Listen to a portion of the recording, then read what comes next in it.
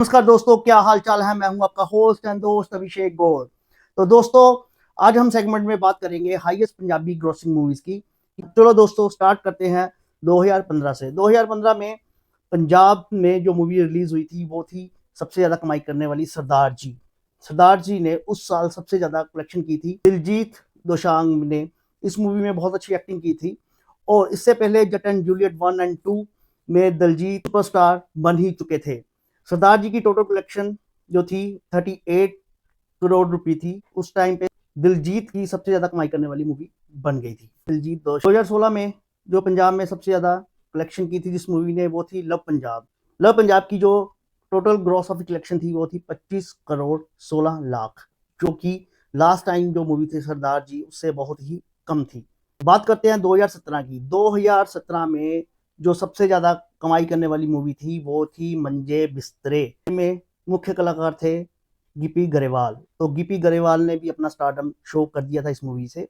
मंजे बिस्तरे की टोटल ग्रॉस ऑफिस कलेक्शन थी 32 करोड़ 16 लाख। तो 2018 फिर से हमारे जो गिपी गरेवाल हैं, जो स्टारडम सुपर स्टारडम उन्होंने साबित कर दिया था कि वो सुपरस्टार है पंजाबी फिल्म इंडस्ट्री के। कैरी ऑन जटा 2 ये उस साल की सबसे ज्यादा कमाई करने वाली मूवी थी। कैरी ऑन जटा 2 ने 57.65 करोड़ की कलेक्शन करके पंजाबी फिल्म इंडस्ट्री की सबसे ज्यादा कमाई करने वाली मूवी का तगमा हासिल किया था। दिलजीत दोसांझ आ गए थे 2019 से छड़ा उस साल पंजाबी मूवी की सबसे ज्यादा कलेक्शन करने वाली मूवी थी, और इसने कमाए थे 52 करोड़ 67 लाख, जो कि सेकंड हाईएस्ट ग्रोसिंग मूवी थी ऑल टाइम। 2020 की बात करते हैं तो 2020 में सिर्फ कुछ ही मूवीज रिलीज हुई थी, सिर्फ पंजाबी फिल्म इंडस्ट्री की ही नहीं, हिंदी की और पूरे ऑल ओवर वर्ल्ड की। तो उसमें एक मूवी जो सबसे ज्यादा कमाई करने वाली थी वो थी सुफना में। एमिक विर्क ने बहुत बढ़िया एक्टिंग की थी। तो उसके बाद तो कोई मूवी रिलीज नहीं हो पाई थी। तो पंजाबी मूवीज में सबसे ज्यादा कमाई करने वाली सुफना बनी थी 19 करोड़ 75 लाख रुपीज कमा के। उस साल की सबसे बड़ी मूवी बनी थी। 2021 में दिलजीत फिर से एंट्री कर चुके थे हाईएस्ट ग्रोसिंग मूवी लेकर, जो हौसला रख के नाम से रिलीज हुई थी। इसमें शहनाज गिल और सोनम बाजवा दो हीरोइंस थी। तो दिलजीत ने बहुत अच्छी एक्टिंग की थी। उस साल सबसे ज्यादा कमाई करने वाली मूवी थी। काफी देर बाद थिएटर खुले थे। उस मूवी ने 52 करोड़ की कलेक्शन की थी ऑल ओवर। तो 2022 का जो साल था वो पंजाबी इंडस्ट्री के लिए बहुत बढ़िया नहीं कहा जा सकता, बट कुछ मूवीज थी तब भी वो चली थी। जैसे कि सोकन सोकने मूवी बहुत ज्यादा हिट हुई थी उस साल। सोकन सोकने ने दिलजीत की मूवी को पछाड़ते हुए 55 करोड़ की कमाई की थी 2022 में। इस साल पाकिस्तान से एक फिल्म आई थी द मौला जट, वो सुपर डुपर हिट रही थी। उसकी जो ग्रॉस कलेक्शन थी वो 87 करोड़ थी। उस साल की पंजाबी मूवीज ऑल ओवर की बात करें तो पंजाबी पाकिस्तान और पंजाबी हिंदुस्तान की बात करें तो, अदरवाइज अभी तक ऐसा नहीं हुआ था पाकिस्तान की कोई पंजाबी मूवीज ने हिंदुस्तान के पंजाब में रिलीज हुई किसी मूवी को पीछे छोड़ा हो। बट इस साल हुआ, 2022 में हुआ, और highest grossing movie Maula Jatt अभी तक की है पंजाबी मूवी की ओवरऑल 87 करोड़ की कमाई करके। 2023 में हमारे गिपी गरेवाल ने फिर से एंट्री मारी कैरी ऑन जटा 3 में। ये सुपर डुपर हिट रही थी ऑल ओवर वर्ल्ड। ये हिट हुई थी ओवरसीज में, इसकी बहुत अच्छी कलेक्शन थी, खासकर कनाडा, अमेरिका, यूके में इसने बहुत बढ़िया कमाई की थी। पंजाबी इंडस्ट्री की ये पहली ऐसी मूवी बनी थी जिसने 100 करोड़ को अचीव किया था। तो इसकी ओवरऑल कलेक्शन थी 102 करोड़, और सबसे ज्यादा अभी तक की हिस्ट्री में सबसे ज्यादा कमाई करने वाली मूवी कैरी ऑन जटा बन चुकी है। चाहे बात हो पाकिस्तान पंजाबी मूवीज की, चाहे हो हिंदुस्तान पंजाबी मूवीज की, पर पंजाबी मूवीज को जो असली रिप्रेजेंट करता है वो हिंदुस्तान पंजाब है, वही रिप्रेजेंट करता है। पाकिस्तान की पंजाबी मूवीज इंडस्ट्री इतनी पॉपुलर नहीं हुई क्योंकि उनके पास इतने सोर्सेज नहीं है। तो कलाकार तो हैं, कलाकार हमारी हमारी इंडस्ट्री में आके भी काम करते थे। हाँ, बॉलीवुड में अभी फिलहाल वो काम नहीं कर रहे, पर हमारे पंजाब में अभी तक वो काम कर रहे हैं। तो दोस्तों, आगे हम बात करेंगे 2010 से लेके 2014 तक। अगर आपको हमारी वीडियो पसंद आती है तो इसको लाइक, शेयर और फॉलो जरूर कीजिए। चैनल को आप फॉलो नहीं करते, फॉलो जरूर कीजिएगा। धन्यवाद दोस्तों। आपका होस्ट एंड दोस्त अभिषेक गौर। नमस्कार।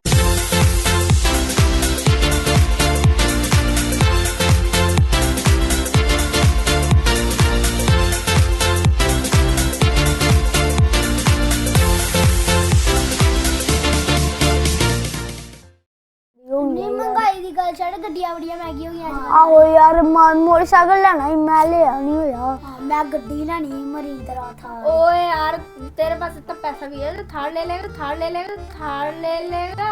अरे तेरे पास है इसमें तो तू भी चले जाएगा। अरे यार साइकिल बहुत महंगा हो गया आजकल का यार। बच्चों वाला साइकिल बच्चों वाला साइकिल में सब 5,000 रुपए का। सब चुप रहो, ये कहानी सुनाता। हाँ भाई मैं भूतों वाली कहानी सुनाता हूँ भाई। हाँ भाई यार हेलो मलाई पहले यार भाई चलो यार फैन बस भाई। अब सुनाओ। अब मैं सुनाता हूँ देख मेरा मन एक ना बहुत बड़ी सी ना रेडियो। अरे यार पंजाबी में बोल यार। ये पंजाब से बोल देना फिर एडी केड़ी गल है। भाई जो कहने वही बोल यार। चल ठीक है यार। एक ना मैं बड़ी सी रेडियो है ना, उसमें एक चुड़ैल थी एक बंदा। रियल में? हाँ भाई रियल में सपना आया मुझे। अरे यार सपना आया ना एक ना यार बड़ी सी ना वो थी रेडी थी है ना, उसमें ना एक बंदा था लेके आ रहा था ब्लू कलर की तरपायल थी है ना। तो चुड़ैल लेटी थी है ना, चुड़ैल थी कलर की तरपाल थी। हाँ। अरे यार ब्लू कलर की तरपाल चुड़ैल की तरफ से- भाई डंडन की वजह से अरे कुछ नहीं होता भाई, भूत बात नहीं होते। वो सुना नहीं भूत प्रेत कभी कट नहीं आवे महावीर जब नाम सुनावे। और मेरे पापा ना बैठे थे गली में, आगे से चुड़ैल लगी जो सागर के मम्मा ना है ना, वो बोलते कि चल चलो अंदर। मैं और मम्मा ना अंदर ताड़े पे मल की दुकान पर चल गए। बहुत जोर से आवाजें आई ठन ठन ठन। हम डर गए और पीछे को देखा तो पीछे चुड़ैल खड़ी। भाई मैंने जाके मार दिया ठा करता। अरे यार तेरे में हिम्मत है इतनी जो ठा करिए बाहर। तो भाई तेरे जैसे थोड़ी ना। अरे मैं अकेला जा सकता हूँ। मारना क्यों तो भगवान का नाम ले आप ऐसे ही भाग जाते अरे भाई। मार ज्ञान गुण सागर जग पीस के लोग उजागर। राम दूत अतुलित बलिदामा अंजनी पुत्र पवन सुत नामा। महावीर विक्रम बजरंगी कुमते मारस मते संगी। संजन वरण विराज सुवेशा कानल कुंडल कुंडल केशा। हाथ बदल जवर राजेशा देव वगड़े रूरादेशा। कर सुने केसरी नंदन देव प्रताप महाजगवंदन। विद्यावान गुणी अति चातुर राम काज करने को आतुर। प्रभु से बड़े को रसिया राम लखन सीता मन बसिया। सक्षम रूप से विकट रूप बड़े असुर।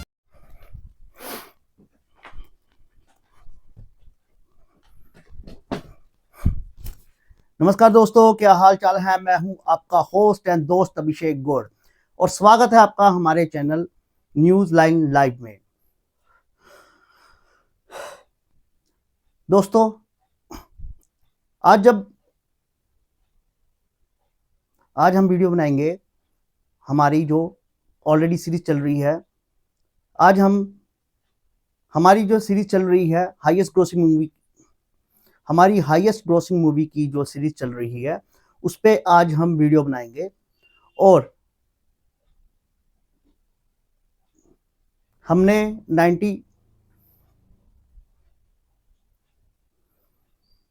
1980 से लेके 2023 तक सारी मूवीज को कवर कर चुके हैं। उसके 2 पार्ट आपको इसी चैनल पे इसी पेज पे आपको मिल जाएंगे।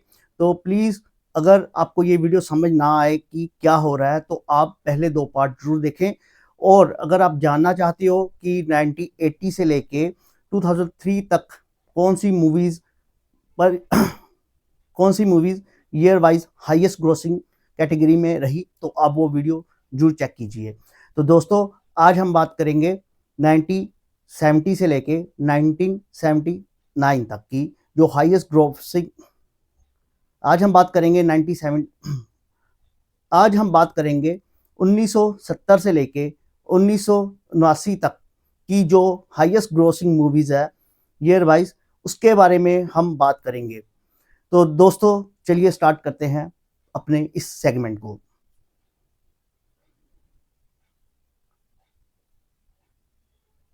1970 में जो सबसे ज़्यादा कमाई करने वाली मूवी थी वो थी जॉनी मेरा नाम। देवानंद हेमा मालिनी के अभिनय से रंगी ये मूवी बहुत ही प्यारी मूवी थी। तो उस समय देवानंद की ये मूवी ने सब मूवीज को पीछे छोड़ते हुए हाईएस्ट ग्रोसिंग मूवी का टैग हासिल किया था। 1972 ये जो दौर चल रहा था 1971 ये जो दौर चल रहा था ये था सुपरस्टार राजेश खन्ना का।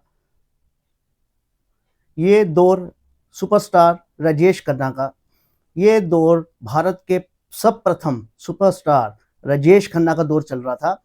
तो हो ही नहीं सकता कि इन सालों में राजेश खन्ना की कोई मूवी हाईएस्ट ग्रोसिंग मूवी में ना आए। तो ऐसी ही मूवी थी हाथी मेरा साथी। उस दौरान 1971 में सबसे ज्यादा कमाई करने वाली मूवी थी। तो इस मूवी ने पूरे इंडिया से जो ग्रॉस कलेक्शन की थी 6 करोड़ 75 लाख की ग्रॉस कलेक्शन की थी।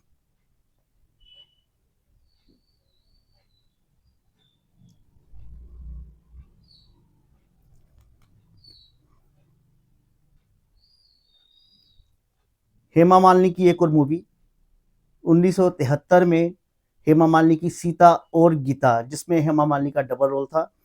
एक के साथ धर्मेंद्र और दूसरी हेमा मालिनी के साथ थे संजीव कुमार।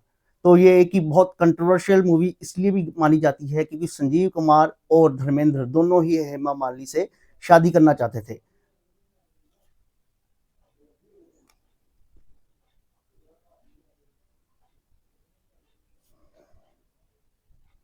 तो उस दौरान ये मूवी रिलीज हुई 73 में और सबसे बड़ी हिट साबित हुई। और इस मूवी ने भारत से जो इसकी ग्रॉस कलेक्शन हुई 5 करोड़ 42 लाख की इसकी ग्रॉस कलेक्शन हुई। तो दोस्तों जो अगली मूवी आएगी वो बहुत ही कंट्रोवर्शियल, उस टाइम की बोल्डेस्ट मूवी आपको मैं उसके बारे में बताने जा रहा हूँ। वो मूवी है बॉबी, जो 1973 में रिलीज हुई थी। राज कपूर जी ने इसको निर्देशित किया था, प्रोड्यूसर भी वही थे। और उस टाइम की सबसे ज्यादा हिट रहने वाली बॉबी उस समय की सबसे ज्यादा हिट रहने वाली मूवी यही थी। और हाँ, आप ये भी मत भूलिए 1973 में ही जंजीर, जो अमिताभ बच्चन को सुपरस्टार की कैटेगरी में लेके आ गई थी, वो भी इसी साल रिलीज हुई थी। 1974 में रोटी कपड़ा और मकान, जो कि अमिताभ बच्चन, मनोज कुमार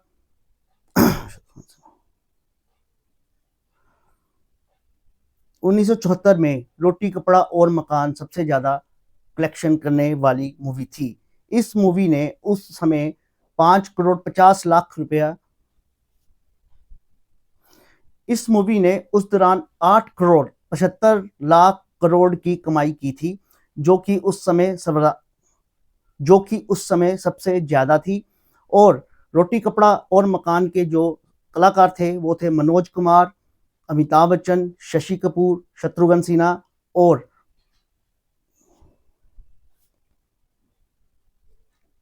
$1975 ये दौर अमिताभ बच्चन का शुरू हो चुका था। लगातार 3 साल ऐसे हो चुके थे कि अमिताभ बच्चन जिस मूवी के हीरो रहे हो और वो मूवी हाईएस्ट ग्रोसिंग मूवी में आ चुकी हो।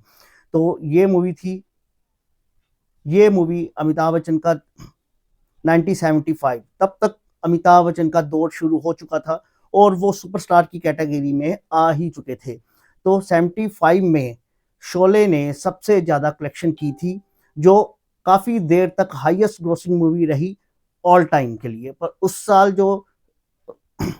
साल शोले ने जो कलेक्शन की थी वो थी 35 करोड़, जो इसका जिक्र हम बार बार कर चुके हैं।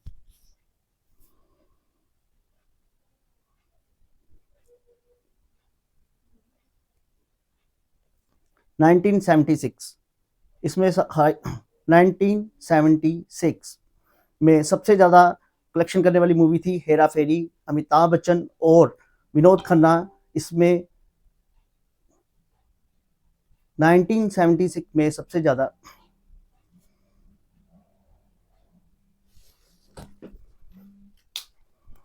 नमस्कार दोस्तों, क्या हाल चाल है। मैं हूं आपका होस्ट एंड दोस्त अभिषेक गौड़। तो दोस्तों, आज हम कोई मूवीज़ की बात नहीं करेंगे या आज हम कोई बॉलीवुड हॉलीवुड मूवीज़ की बात नहीं करेंगे। आज हम बात करेंगे कि एक सीरियस मैटर पे, जो मैटर आजकल जो आगे आने वाला त्यौहार है, लोहड़ी है या मकर संक्रांति है, उस दौरान बहुत ही हार्मफुल होता है छोटे बच्चों के लिए, इवन पशु और पक्षियों के लिए भी बहुत हार्मफुल है। वो बात है चाइनीज़ डोर जो होती है, उसके बारे में बात करेंगे। प्रशासन की तरफ से पूरी तरह इस पे रोक लगा दी गई है, पर अभी भी सभी घरों में जहाँ पे छोटे बच्चे हैं चाइनीज़ डोर मिलती है और घर वाले उनको लेके दे रहे हैं चाइनीज़ डोर। हाँ, ओपन नहीं मिल रही, खुलेआम नहीं मिल रही, पर फिर भी चाइनीज़ डोर अभी अवेलेबिलिटी मार्केट में है और उसका अल्टरनेट भी आ चुका है, जिसको बोलते हैं इंडियन डोर के नाम से। ऐसा अल्टरनेटिव चल रखा है मार्केट में और बच्चे उसको ख़रीद रहे हैं। मेनली फोकस सिर्फ चाइनीज़ डोर पे नहीं था, ये था प्लास्टिक की डोर है जो कि बहुत हार्मफुल है छोटे बच्चों के लिए भी, और साथ में माँ बाप जो ऊपर खड़े होते हैं छतों पे, उनके लिए भी काफ़ी हार्मफुल है, और पशु पक्षियों के लिए तो बहुत ज़्यादा हार्मफुल है, क्योंकि इससे बंदा या बच्चा या पक्षी बचता नहीं है, उसकी हो सकता है इससे गर्दन भी कट जाती है। तो ऐसे कई मामले आ चुके हैं। मैं गुरदासपुर पुलिस से ये दरख्वास्त करना चाहता हूँ, ये हमारी अर्जी है, हमारे जितने भी मीडिया कर्मचारी हैं उनके द्वारा भी ये अर्जी है कि चाइनीज़ डोर को पूरी तरह ख़त्म किया जाए। ख़त्म करने का ये तरीका नहीं है कि आपने उस पर बैन लगा दिया, 2-4 दुकानदारों को पकड़ लिया। आपको ये मुहिम घर घर पहुँचानी पड़ेगी, घर घर जाना पड़ेगा। आप जितने भी मर्जी अभी बोल लो, अपने दावे कर लो कि चाइनीज़ डोर पे हमने बैन लगा दिया, चाइनीज़ डोर नहीं मिल रही, पर अभी भी अवेलेबिलिटी है, वो आप लोगों को भी पता है। चाहे आप अपने घर पे देख लो, हो सकता है आपके घर में छोटे बच्चे जिद करते हों, पर पहले ये बात प्रशासन से पहले घर वालों को भी समझनी चाहिए कि हमें चाइनीज़ डोर बिल्कुल नहीं लेके देनी, चाहे बच्चा जितनी भी जिद करे। अपने बच्चे को चाइनीज़ डोर लेके देते हो तो एक ख़तरनाक चीज़ आप अपने बच्चों को पकड़ा रहे हो, जो बहुत ही ख़तरनाक है। इससे बचना चाहिए, और ये मुद्दा मैं आगे फिर से दोहराऊंगा और बार बार कहूँगा, प्रशासन से भी कहूँगा कि इसको घर घर पहुँचाया जाए, इस मुहिम को। एक्चुअल घर वाले ही सबसे पहले आगे आएँ, माँ बाप ही पहले आगे आएँ, अपने बच्चों को चाइनीज़ डोर ना लेके दें। अगर 2 नंबर में मिल रही है डोर तो वो भी कसूर घर वालों का होता है, माँ बाप का होता है। इसमें प्रशासन कुछ नहीं कर सकता जब तक घर वाले ही, अपने माँ बाप ही ये स्टेप ना उठाए कि हमने अपने बच्चों को चाइनीज़ डोर नहीं लेके देनी। इसमें बच्चे मुजरिम नहीं, सबसे बड़े मुजरिम जो होते हैं वो माँ बाप ही होते हैं या घर के बड़े ही होते हैं, जिनको पता भी है कि ये एक ख़तरनाक चीज़ है, पर फिर भी अपने बच्चों को लेके दे रहे हैं। तो प्लीज़ आपसे रिक्वेस्ट है कि ऐसी बातें मत कीजिए, अपने बच्चों को ख़तरनाक चीज़ें हाथ में मत पकड़ाइए जिससे जान का नुकसान हो सके, चाहे वो इंसान हो चाहे पशु पक्षी हो। तो दोस्तों, मैं आपके साथ ऐसे मुद्दों को लेकर आता रहूँगा और आपको जागरूक करता रहूँगा इसके बारे में, और मेरी सीधी मंशा यही है कि समाज में होने वाली ऐसी बुराइयों को हम ख़त्म कर सकें। धन्यवाद दोस्तों। अगर आपको वीडियो पसंद आती है तो follow, subscribe, share and like जरूर कीजिए। धन्यवाद। आपका होस्ट एंड दोस्त अभिषेक गौड़। दोस्तों, क्या हाल चाल है। मैं हूं आपका होस्ट एंड दोस्त अभिषेक गौड़ और स्वागत है आपका हमारे चैनल गौड़ रिएक्ट में। सेकंड ट्यूसडे को डंकी काफ़ी ज़्यादा डिप कर गई, काफ़ी ज़्यादा गिर गई और उसकी कलेक्शन जो हुई है 3.85 करोड़ हुई है, और आज की जो कलेक्शन है वो भी कुछ खास होती नज़र नहीं आ रही। 1 करोड़ का डिप नज़र आ रहा है और 2 करोड़ 85 लाख की आज कलेक्शन होगी सेकंड ट्यूसडे को। और सलार की बात करें तो सलार का भी काफ़ी ज़्यादा डाउनफॉल चला है, पर उसकी डंकी के मुकाबले अच्छी कलेक्शन हो रही है। कल की कलेक्शन जो थी उसकी ट्यूसडे की वो थी 7 करोड़ 80 लाख, और आज की कलेक्शन अभी तक फिलहाल जो उसने कर ली है वो की है 2 करोड़ 80 लाख। यानी कि आज के दिन भी जो सलार मूवी है वो 7 से 8 करोड़ कर रही है, पर डंकी आज के दिन 2 करोड़ 85 लाख कर रही है, और टोटल कलेक्शन डंकी की 200 करोड़ हो चुकी है। सलार की बात की जाए तो 370 करोड़ नेट कलेक्शन सलार कर चुकी है और डंकी से काफ़ी आगे चल रही है। सलार को ऑल टाइम ब्लॉकबस्टर का टैग मिल चुका है, जबकि डंकी को अभी हिट का टैग मिला है। पर जो एक्सपर्ट कह रहे हैं कि डंकी की अगर टोटल बॉक्स ऑफिस कलेक्शन 250 से 300 करोड़ नेट नहीं हुई तो ये प्रॉपर हिट नहीं है, ये एक बिलो एवरेज में आएगी, क्योंकि शाहरुख खान के स्टारडम के मुकाबले ये काफ़ी कम कलेक्शन कर रही है और इसको कलेक्शन कम से कम 300 करोड़ करना ही चाहिए था, जो कि हम देख सकते हैं कि पठान और जवान ने 500 से ऊपर की कलेक्शन की थी नेट में ऑल ओवर इंडिया में, जहां जवान ने 643 करोड़ किया था नेट कलेक्शन इंडिया में, वहीं पठान ने 524 करोड़ हिंदी में और 543 करोड़ नेट कलेक्शन किया था भारत में। तो इसी तरीके से उम्मीद थी कि डंकी कम से कम 500 करोड़ तो करेगी, पर ये कहीं 200 से 250 करोड़ तक सिमटती हुई नजर आ रही है। धन्यवाद दोस्तों, अगर आपको ये वीडियोस मेरी सीरीज पसंद आ रही है बॉलीवुड पर और इंडियन सिनेमा पर, तो आप प्लीज सब्सक्राइब कीजिए, फॉलो कीजिए, शेयर कीजिए और लाइक जरूर कीजिएगा। तो दोस्तों, जो highest grossing movie year wise की जो अगली वीडियो है वो आपको कल मिल जाएगी, और इस बार हम जो वीडियो डालेंगे वो 1970 से लेके 1979 तक का होगा, 10-10 साल का बताएंगे, क्योंकि अगर 20 साल की वीडियो बनाते हैं तो वो काफ़ी लंबी हो जाती है, आप भी नहीं पूरी सुन पाते, इसलिए 10-10 साल। मैं तो ये सोच रहा हूँ कि 5-5 साल का करूँ, पर फिर भी हम कोशिश करेंगे, एक्सपेरिमेंट कर रहे हैं कि 10-10 साल का ज़्यादा लंबी वीडियो ना बने, हम 5-5 साल का भी कोशिश करेंगे, अगर ये भी 10-10 साल भी लंबी वीडियो लगी तो। धन्यवाद। नमस्कार दोस्तों, क्या हाल चाल है, स्वागत है आपका हमारे चैनल पे, और मैं आपका होस्ट एंड दोस्त अभिषेक गौड़। कल की वीडियो में मैंने आपको बताया था कि डंकी और सलार ने कितनी कलेक्शन की है और मंडे को कितनी कलेक्शन करेंगे। आज हम फिर डंकी और सलार के बारे में बात करेंगे। डंकी अभी तक कितना कमा चुकी है और आज के दिन यानी कि ट्यूसडे, उसके सेकंड ट्यूसडे को कितना कमाएगी। डंकी ने कल के दिन बहुत अच्छा होल्ड रखा, 9 करोड़ के करीब इसने कमाया मंडे को, सेकंड मंडे को। तो संडे को इसने कमाई की थी 12 करोड़, और इसमें 9 करोड़ ज़्यादा डिप नहीं हुआ, क्योंकि न्यू ईयर का दिन था, पहला दिन था, तो पहले दिन ही लोग देखने जाते हैं, मूवीज देखने जाते हैं, एंजॉय करते हैं, तो इसलिए डंकी देखने गए लोग। 9 करोड़ की कलेक्शन हुई, जो कि एक अच्छी कलेक्शन है। मंडे के दिन देखा जाए, दूसरा मंडे है, और 96 करोड़ इसकी टोटल कलेक्शन हो चुकी है डंकी की। और डंकी की जो ऑक्यूपेंसी आज की है वो है 10%। कल की जो स्टार्टिंग ऑक्यूपेंसी थी 12% थी, और जो आफ्टरनून की ऑक्यूपेंसी हुई वो 34% हुई, और इवनिंग की ऑक्यूपेंसी थी 48%। बट नाइट शोज में डंकी की जो ऑक्यूपेंसी रही वो 33% रही। इसी हिसाब से मुझे लग रहा है आज के दिन डंकी 6 या 7 करोड़ ही कर पाएगी, पर देखते हैं क्या बनता है, क्योंकि ऑक्यूपेंसी की रिपोर्ट अभी सिर्फ 10% आ रही है मॉर्निंग की। आफ्टरनून इवनिंग पे डिपेंड करेगा, क्योंकि नाइट में तो ये कम होगा ही होगा। बात करते हैं सलार की। सलार मूवी ने कल काफ़ी अच्छा होल्ड किया, उसने अपने सेकंड मंडे में संडे से भी ज़्यादा कलेक्शन की है। संडे को कलेक्शन की थी 15 करोड़ 10 लाख, और आज कलेक्शन जो होगी उसका तो पता नहीं, पर मंडे को जो कलेक्शन की है वो 15 करोड़ 50 लाख की है। सलार मूवी बहुत अच्छा होल्ड किया, अब उसकी कलेक्शन हिंदी बेल्ट में डंकी से भी ज़्यादा हो रही है, और तेलुगु और तमिल वर्जन उसके अब कम कलेक्ट कर रहे हैं। तो सलार मूवी ने काफ़ी अच्छा होल्ड कर रखा है। अब तक सलार मूवी 362 करोड़ कमा चुकी है, और आज के दिन अभी तक जो सलार की कलेक्शन हुई है वो 3 करोड़ हो चुकी है। आज के दिन की कलेक्शन 3 करोड़ हो चुकी है, और मेरी प्रेडिक्शन 9 से 10 करोड़ है ओवरऑल पूरे नेट कलेक्शन इंडिया में। तो सलार मूवी की जो ऑक्यूपेंसी आई है वो 20% के करीब आई है। अब देखते हैं आफ्टरनून और इसमें इवनिंग की कितनी कलेक्शन आती है। नाइट में सलार की भी जो ऑक्यूपेंसी है वो कम हो रही है, पर डंकी के मुकाबले बहुत अच्छा ये बिजनेस कर रही है, और मुझे लगता है कि इस हफ्ते के एंड में या इस वीकेंड जो थर्ड वीकेंड होगा उसके एंड में सलार 400 करोड़ कर जाएगी नेट कलेक्शन। डंकी की जो एक्सपेक्टेशन थी वो हो नहीं पाई।